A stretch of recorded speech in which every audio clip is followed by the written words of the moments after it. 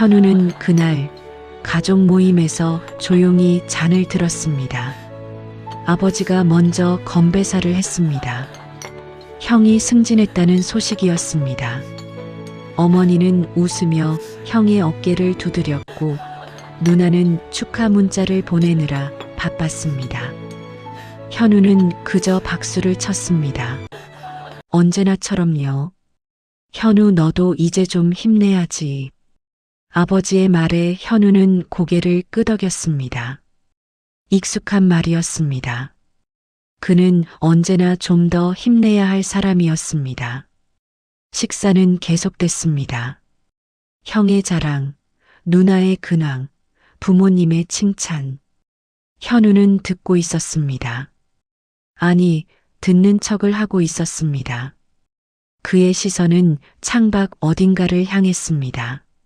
넌 참 편하게 사는구나. 형이 웃으며 말했습니다. 농담처럼 들렸지만 현우는 알았습니다. 그 말 속에 담긴 의미를요. 어머니가 반찬을 덜어주며 말했습니다. 현우는 욕심이 없어서 그래. 그게 좋은 건지 나쁜 건지 모르겠네. 누나가 덧붙였습니다. 그러니까요. 아빠 엄마가 돌아가시면 어떡하려고. 현우는 젓가락을 내려놨습니다. 천천히, 소리나지 않게요. 그때 아버지가 말했습니다. 뭐, 현우가 사라져도 그리워할 사람은 없겠지. 웃음이 터졌습니다. 가벼운 농담이었습니다. 모두에게는요. 현우는 미소를 지었습니다. 언제나처럼 아무렇지 않은 척 말이죠. 하지만 그의 손은 떨리고 있었습니다. 무릎 위에서 아무도 보지 못하게요. 식사가 끝나고 집으로 돌아왔습니다. 현우는 창가에 앉았습니다. 밤 공기가 차가웠습니다. 그는 오랫동안 그렇게 앉아 있었습니다. 무언가가 조용히 끊어졌습니다. 현우는 다음 날부터 달라졌습니다. 겉으로는 아무것도 변하지 않았지만요. 월요일 그는 평소처럼 출근했습니다. 동료들에게 인사했고 회의에 참석했습니다. 점심은 혼자 먹었습니다. 언제나처럼요. 하지만 퇴근 후 그는 은행에 들렀습니다. 적금을 해지했습니다. 직원이 물었습니다. 급하신 일이 있으세요? 정리할 게 있어서요. 현우는 담담하게 답했습니다. 수요일 그는 부동산 앱을 켰습니다. 서울이 아닌 곳을 검색했습니다. 강원도 인제, 산골 마을. 월세가 놀라울 만큼 저렴했습니다. 그는 계약금을 송금했습니다. 금요일 사직서를 제출했습니다. 팀장이 놀라며 물었습니다. 갑자기 왜? 무슨 일 있어? 개인 사정입니다. 현우는 더 이상 설명하지 않았습니다. 팀장은 고개를 가로저었지만 그는 신경 쓰지 않았습니다. 주말 짐을 쌌습니다. 많지 않았습니다. 옷 몇 벌, 노트북, 책 몇 권. 나머지는 버리거나 기부했습니다. 방은 금세 텅 비었습니다. 어머니에게 전화가 왔습니다. 이번 주말에 집에 올 거지? 바빠서요. 못 갈 것 같아요. 너 요즘 이상하다. 무슨 일 있니? 아니요. 괜찮아요. 현우는 짧게 끊었습니다. 어머니의 목소리엔 의심이 섞여 있었지만 그는 더 이상 대답하지 않았습니다. 월요일 새벽 그는 짐을 차에 실었습니다. 원룸 열쇠를 우편함에 넣었습니다. 엔진 소리가 작게 울렸습니다. 서울을 떠났습니다.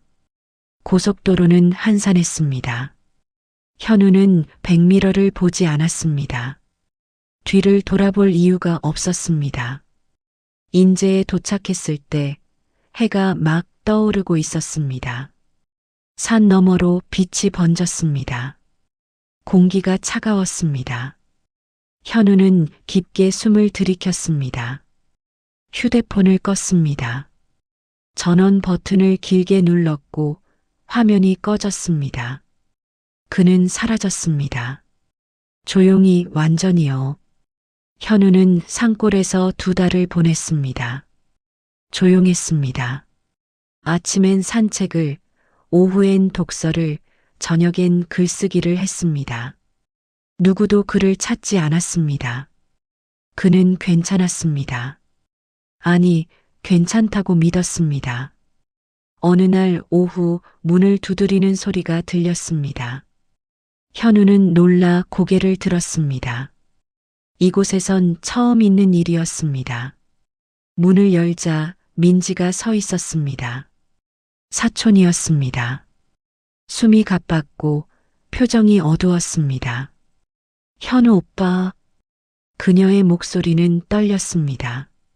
어떻게 여길? 찾았어요. 꽤 오래 걸렸지만 민지는 안으로 들어왔습니다. 현우는 차를 끓였습니다. 그녀는 한참 동안 말이 없었습니다. 집이 무너졌어요.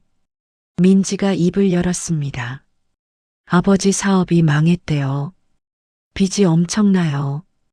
집도 넘어가고 형부는 실직했고 누나는 이혼 직전이래요. 현우는 잔을 내려놨습니다. 천천히요. 그래서 다들 오빠를 찾았어요. 연락이 안 돼서 난리였어요. 날 왜? 민지는 고개를 숙였습니다. 도와달라고요. 현우는 웃었습니다. 소리 없이요. 내가 오빠가 저축 많이 했잖아요. 그거라도. 민지야. 현우가 말을 끊었습니다. 난 그 사람들한테 죽은 사람이야. 민지는 고개를 들었습니다. 눈이 흔들렸습니다. 그래도 가족인데. 가족? 현우는 창밖을 봤습니다. 그 사람들이 날 가족으로 본 적 있어? 민지는 대답하지 못했습니다. 그녀도 알고 있었습니다. 엄마가 편지 쓰셨어요. 민지가 주머니에서 봉투를 꺼냈습니다. 구겨진 흰 봉투였습니다. 현우는 받지 않았습니다. 읽어보세요. 제발. 민지의 목소리가 떨렸습니다. 현우는 한참을 망설였습니다. 그러다 천천히 손을 뻗었습니다. 편지는 짧았습니다. 미안하다, 돌아오라, 우리가 잘못했다. 익숙한 단어들이었습니다. 하지만 진심은 느껴지지 않았습니다. 현우는 편지를 접었습니다. 민지야, 돌아가. 오빠, 난 안 가. 그리고 돈도 없어. 다 썼어. 거짓말이었습니다. 하지만 민지는 더 물어보지 않았습니다. 그녀는 떠났습니다. 현우는 문 앞에 오래 서 있었습니다. 편지를 구겼습니다. 그러다 펼쳤습니다. 다시 읽었습니다. 아무것도 달라지지 않았습니다. 그들은 여전히 그를 도구로만 봤습니다. 현우는 편지를 찢었습니다. 천천히 조각조각이요. 민지가 떠난 지 일주일 후 등기우편이 도착했습니다. 법원 출석 통지서였습니다. 현우는 종이를 펼쳤습니다. 손이 떨렸습니다. 원고는 부모님, 형, 누나였습니다.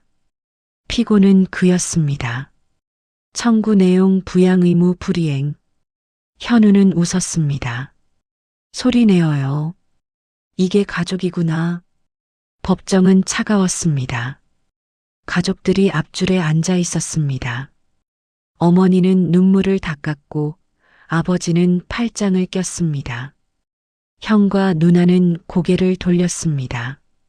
현우는 뒷문으로 들어왔습니다. 변호사 없이요. 재판장이 입장했습니다. 원고 측 진술하십시오. 아버지가 일어났습니다. 저희는 평생 현우를 키웠습니다. 먹이고 입히고 가르쳤습니다. 그런데 이 아이가 갑자기 사라졌습니다. 연락도 끊고요. 어머니가 손수건을 꺼냈습니다. 지금 저희는 너무 힘듭니다. 집도 잃고 빚도 많고 현우만 도와주면 되는데 이 아이가 외면합니다. 형이 덧붙였습니다. 당연한 의무 아닙니까? 부모님을 모시는 건. 재판장이 현우를 봤습니다. 피고 할 말 있습니까? 현우는 천천히 일어났습니다. 네. 그의 목소리는 낮았지만 또렷했습니다. 저는 30년을 투명인간으로 살았습니다. 법정이 조용해졌습니다. 부모님은 형만 챙기셨습니다. 누나만 자랑하셨습니다. 저는 편안해 욕심 없는 애였습니다. 칭찬이 아니었습니다. 무시였습니다. 아버지가 벌떡 일어났습니다. 내가 지금 앉으십시오. 재판장이 제지했습니다. 현우가 말을 이었습니다. 형이 대학 갈 때 제 학비는 없었습니다. 누나 결혼할 때 제 축의금은 형 절반이었습니다. 명절 용돈도 생일 선물도 심지어 관심도 차등이었습니다. 어머니가 고개를 저었습니다. 그건 내가 워낙 말이 없어서 그래서 말했습니다.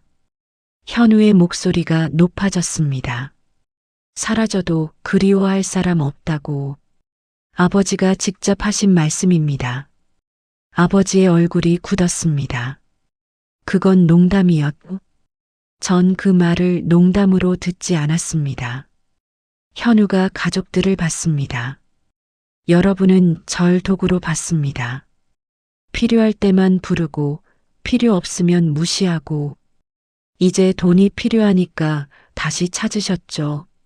누나가 소리쳤습니다. 그래도 가족이잖아. 가족? 현우가 웃었습니다. 가족이면 뭐든 용서받습니까? 가족이면 상처 줘도 됩니까? 재판장이 서류를 넘겼습니다. 원고 측 피고가 부양 의무를 저버렸다는 증거가 있습니까? 형의 변호사가 일어났습니다. 민법 제974조에 따르면 잠깐만요. 현우가 끼어들었습니다. 부양 의무는 상호적입니다. 부모가 자녀를 제대로 양육했을 때만 성립합니다. 전 정서적 방임을 당했습니다. 재판장이 고개를 끄덕였습니다. 계속하십시오. 증거 있습니다. 현우가 휴대폰을 꺼냈습니다. 30년간의 문자, 통화 기록, 은행 내역 모두 저장했습니다. 화면을 띄웠습니다. 가족 단톡방이었습니다. 형의 승진, 누나의 육아, 부모님의 칭찬. 현우는 없었습니다. 존재하지 않는 것처럼요. 재판장이 오래 화면을 봤습니다. 판결하겠습니다. 법정이 숨을 죽였습니다. 원고 패소. 피고는 부양 의무가 없음. 망치 소리가 울렸습니다. 어머니가 주저앉았습니다. 아버지는 얼굴을 가렸습니다. 현우는 돌아섰습니다. 뒤를 보지 않았습니다. 복도에서 민지가 기다리고 있었습니다. 오빠, 민지야. 현우가 멈췄습니다. 이젠 정말 끝이야. 그는 걸어갔습니다. 법원 문을 나섰습니다. 밖은 맑았습니다. 현우는 다시 산골로 돌아왔습니다. 봄이 왔습니다. 산에는 새싹이 돋았고 개울물 소리가 맑았습니다. 현우는 창문을 열었습니다. 바람이 들어왔습니다. 그는 이제 온라인 강의를 했습니다. 코딩을 가르쳤습니다. 학생들은 그를 선생님이라 불렀습니다. 처음엔 어색했습니다. 하지만 점점 익숙해졌습니다. 오후엔 글을 썼습니다. 자신의 이야기를요. 30년간 삼켰던 말들을 풀어냈습니다. 손가락이 키보드 위를 달렸습니다. 멈추지 않았습니다. 저녁엔 산책을 했습니다. 마을 사람들이 인사했습니다. 저녁 드셨어요? 네, 맛있게요. 짧은 대화였지만 따뜻했습니다. 현우는 미소 지었습니다. 자연스럽게요. 어느 날 민지에게서 문자가 왔습니다. 오빠 잘 지내요? 현우는 한참을 바라보다 답장했습니다. 응, 넌? 저도요. 오빠 걱정했어요. 걱정 안 해도 돼. 난 괜찮아. 다들 많이 후회해요. 현우는 문자를 읽고 휴대폰을 내려놨습니다. 답장하지 않았습니다. 할 말이 없었습니다. 후회해도 달라지는 건 없었습니다. 그는 이미 떠났습니다. 돌아갈 생각도 없었습니다. 여름이 되었습니다. 현우는 작은 텃밭을 가꿨습니다. 토마토와 상추가 자랐습니다. 손으로 흙을 만졌습니다.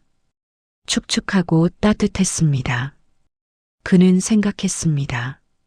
나는 이제 나로 살고 있구나. 기능이 아니었습니다. 누군가의 아들도 동생도 아니었습니다. 그저 현우였습니다. 밤이 되면 별을 봤습니다. 서울에선 볼 수 없던 별들이었습니다. 쏟아질 듯 빛났습니다.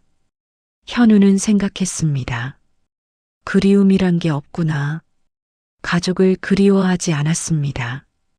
그들도 그를 그리워하지 않을 거였습니다. 아니, 그리워하는 척은 할지 몰랐습니다. 하지만 진심은 아니었습니다. 그래도 괜찮았습니다. 가을이 왔습니다. 현우는 노트북을 열었습니다. 글이 완성되어 있었습니다. 제목은 보이지 않는 아이였습니다. 그는 출판사에 원고를 보냈습니다. 답장이 왔습니다. 출간하겠다고요. 현우는 창밖을 봤습니다. 단풍이 물들고 있었습니다. 빨갛고 노랗고 주황색이었습니다. 아름다웠습니다. 그는 깨달았습니다. 자유란 멀리 있는 게 아니었습니다. 누군가의 시선에서 벗어나는 것, 누군가의 기대를 버리는 것, 그리고 자기 자신을 마주하는 것. 그게 전부였습니다. 겨울이 왔습니다. 눈이 내렸습니다. 세상이 하얗게 덮였습니다. 현우는 마당에 나가 눈사람을 만들었습니다. 어릴 적엔 혼자 만들었습니다. 가족들은 형과 누나만 도왔었죠. 하지만 이제는 달랐습니다. 이웃집 아이가 달려왔습니다. 아저씨, 같이 만들어요. 현우는 웃었습니다. 그래, 같이 만들자. 둘은 눈사람을 완성했습니다. 크고 둥글었습니다. 아이가 환하게 웃었습니다. 예쁘다. 현우도 웃었습니다. 그날 밤 현우는 일기를 썼습니다. 나는 사라지지 않았다. 다만 나를 지우려던 곳에서 떠났을 뿐이다. 그리고 이곳에서 나를 되찾았다. 일기장을 덮었습니다. 불을 껐습니다. 현우는 잠들었습니다. 편안하게요. 꿈속에서 그는 웃고 있었습니다.